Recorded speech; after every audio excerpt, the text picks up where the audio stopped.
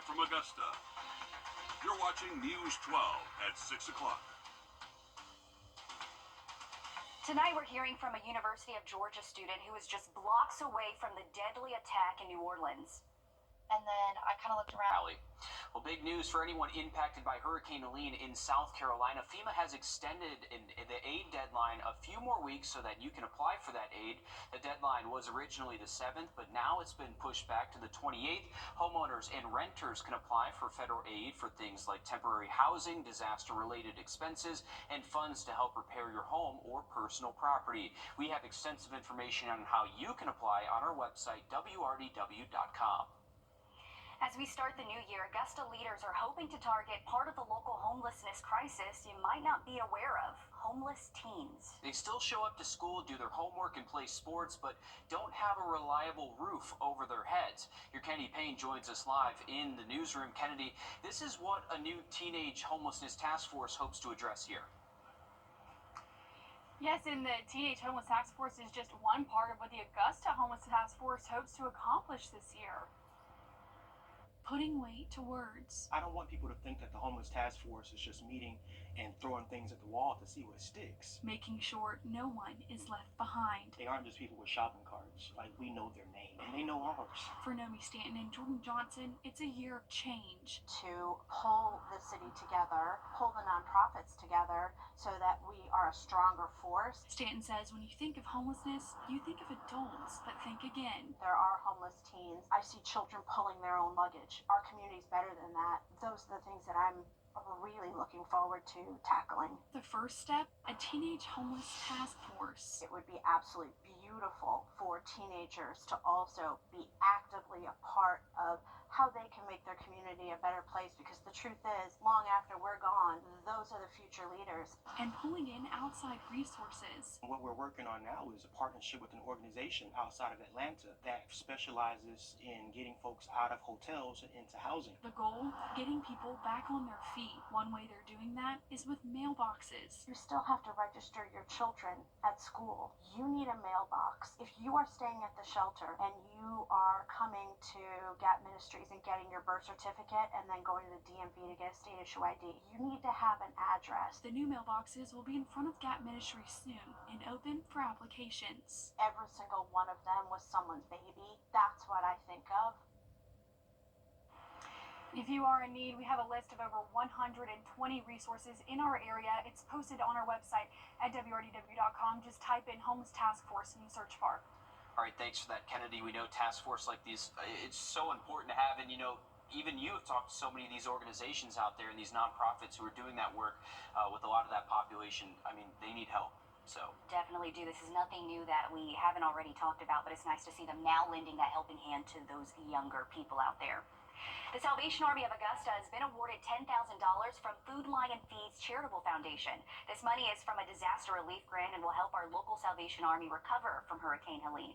The funds will be used specifically for the Center of Hope Soup Kitchen. after months and months of waiting, today Bel Air middle school students and families are getting their official first look inside the newly built school. The opening of the school was delayed because of damage from Hurricane Helene. Students have been at Langford Middle School since the beginning of the school year back in August. The school's principal says she's excited for students to use the state-of-the-art equipment. We have a STEAM room where they're able to collaborate, they're able to engage in critical thinking activities. They have more space in the collaboration room, and we're just excited for them to even explore our outdoor classrooms and have more space and take learning to a new level. The new school will welcome students and families when classes resume on January 6. One local thrift store is looking to hit a major milestone this year. Attic Treasures in Harlem accept donations and resell gently used items. In return, they give right back to the community. They're now looking to the new year as they aim to hit $2 million of donations. Anything your heart desires, you're sure to find it inside Attic Treasures. When they come in, it's like, my grandmother had this. I have to buy this. Something that from their childhood memories. So people know it's a good place to shop for their daily needs, and then they know they can come in and find some nostalgia also. The nonprofit has been around since 2008, reselling gently used items. President Stephanie Crenshaw says she's seen an increase in shoppers. A lot more people are coming in here for their daily needs than they used to. just because they know we probably have it.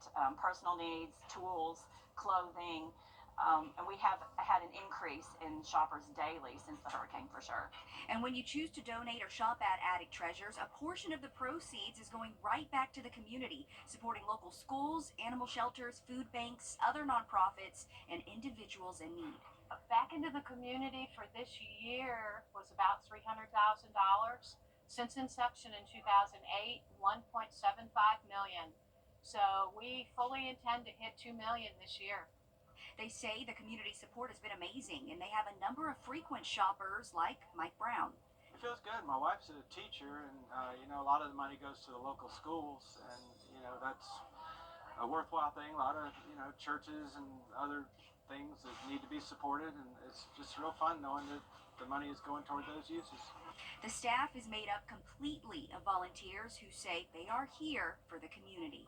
It feels good. Every day that I'm out here on the floor talking with people, somebody is going to thank me or tell me a story how we made their life better for them being able to, get good things cheap. And that's such a great feeling because you have to think a lot of us like to shop, right? We probably shop every day when we shouldn't, but when you go there, Yeah. you know that you're giving back to someone else. Absolutely. You can find some good things in there, it looks like, too. People are enjoying it. Yes. I was very tempted. Were you They told me shopping today? I had to, with my eyes, yes, for the video, but I had to walk out quickly Fair because I know myself, right? I would have gotten the cart and then just been around. I would have been right there with you. So Attic Treasures is open Thursday through Saturday. If you're interested, they say they can always use volunteers because, again, they are ran by volunteers. If you are in need of assistance or would like to support them, we have all of the information on our website. And still ahead, we're previewing tomorrow's state funeral for former President Jimmy Carter. Stick with us. Mikkel. We have a cool down in store for the weekend. We'll talk about it and rain chances coming up.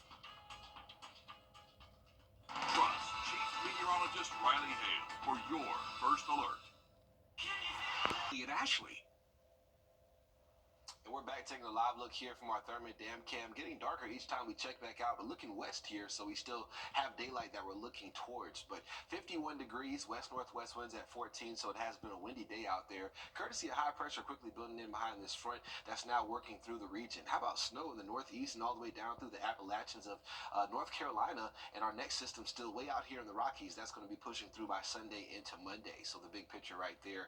Looking at winds, we still have gusts here in Augusta at 23, 21 mile-an-hour wind gusts in Barnwell, and also looking at gusts near 15 miles an hour from Milledgeville and Millen. So at this time, not looking overly breezy, but we do still have the opportunity for those wind gusts to be near 30 miles an hour, especially for these counties here under this late wind advisory through midnight. So just want to put that out there. As far as current temperatures, mid-40s in Edgefield, pretty impressive already. Upper 40s in Washington. Elsewhere, we're mainly in the 50s across the area. We'll see 20s, though, and near 30-degree temperatures by tomorrow morning. So a below-freezing start is expected. And as we head towards your afternoon for tomorrow, going to be hard to get into the 50s across the area. So a much chillier outlook for your Saturday. Lots of sunshine, though, but not going to do too much to warm us up for tomorrow.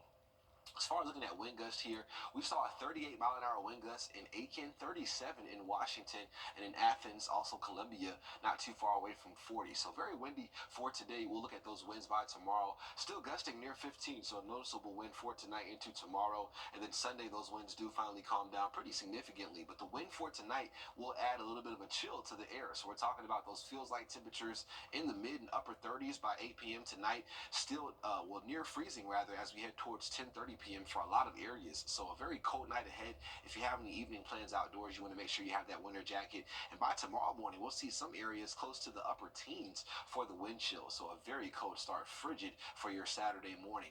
By Monday, we're looking at winds going back up with our next frontal passage. And along with that, we'll have the opportunity for more rainfall as well. But a big cool down by next week. We're talking about highs in the 40s by Tuesday.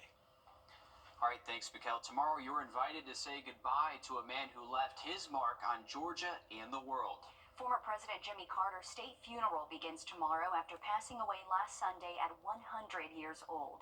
The stop at the state capitol tomorrow afternoon will be brief, but an important way to thank him for his enduring impact on Georgia history. Your Georgia State House reporter, Abby Casoris, has more. I say to you, quite frankly, that the time for racial discrimination is over. In his inaugural address, then Governor Jimmy Carter said what he thought was right. even if it wasn't popular. Many lawmakers behind him walked out. In 1974, Carter placed a portrait of Martin Luther King Jr. on a wall among other Georgia notable figures, breaking from governors before him like Lester Maddox, who refused to fly the flag at the Capitol at half-staff after King was assassinated. The portrait still hangs here today. A mourning shroud now draped across Carter's Capitol portrait. At the base, a wreath of white roses and lilies around the seal of Georgia. State Representative Kim Schofield says he didn't choose to do what was comfortable, but what was right. He's ran his race. He's leaving not breadcrumbs, but he has left a strong path for us to follow. I'm honored to serve in the Georgia General Assembly, and I'm more honored that tomorrow when he passes by, I will be able to thank him. The path leading up to the state capitol is roped off. Lawmakers will line either side. On Saturday afternoon, the motorcade will stop here for a moment of silence, led by Georgia Governor Brian Kemp, Lieutenant Governor Burke Jones, and Atlanta Mayor Andre Dickens. A statue of Carter on the Capitol grounds will oversee the visit. Schofield says that while the statue and his portrait will stay here forever, his memory will carry on for eternity. The mark of a great leader is not what happens when he's on the scene, but the work will continue when he leaves.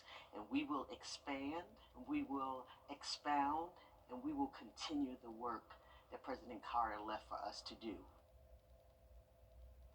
After that moment of silence, Carter's remains will be transported to the Carter Center. Following a brief service, he will lie in repose for anyone who wants to pay their respects from Saturday night until 6 a.m. on Tuesday morning.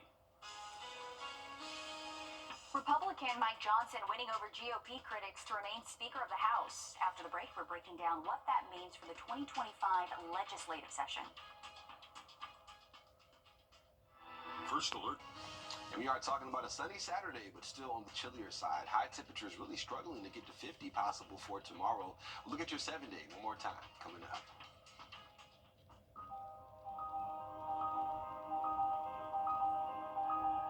Don't miss Ashley's stuff. And we're back.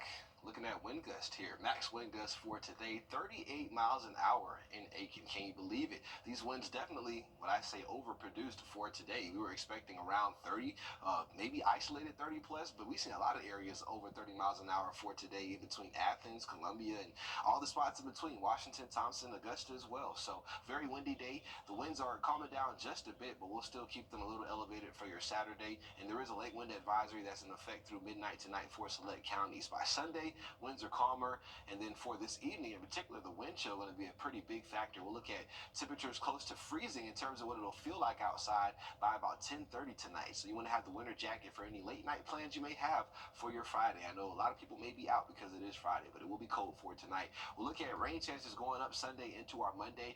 Very cold next week. High temperatures in the 40s by Tuesday. All right. Thanks, Mikkel. Stay warm out there. We're back live on 26 News at 7. And for News 12 at 10 and 11 o'clock. Thanks for watching, and have a good weekend.